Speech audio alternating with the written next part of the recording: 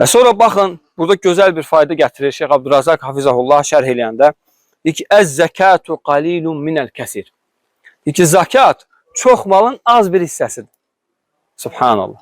Çox malın var. Zəkat, yəni bilirik ki, zəkat başqa şeydir, sədəqə başqa şeydir. Yəni zəkat odur ki, malın müəyyən məbləğə yetişməlidir. Bu mal da fərqlidir. İstəyir nəqdin deyirlər. Qızıl gümüş və pul olsun. Pul da qızıl gümüşün cinsindəndir. Və istəyir sənin mal-qaran olsun. Qoyundur, inəkdir, dəvədir.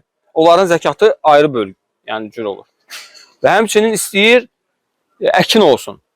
Buğdadır, arpadır, xurmadır, kişmişdir. Bunlara nə düşür? Zəkat düşür. Sonra fındığa düşmür. Yəni, düşür deyənlər də var. Yəni daha doğrusu odur ki, düşmür. Allah bilir daha doğrusu.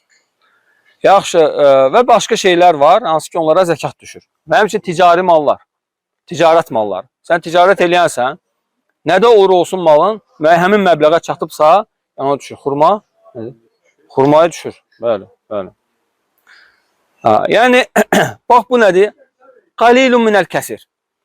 Malının 100%-nin 2.5%-ni versən. Subhanallah.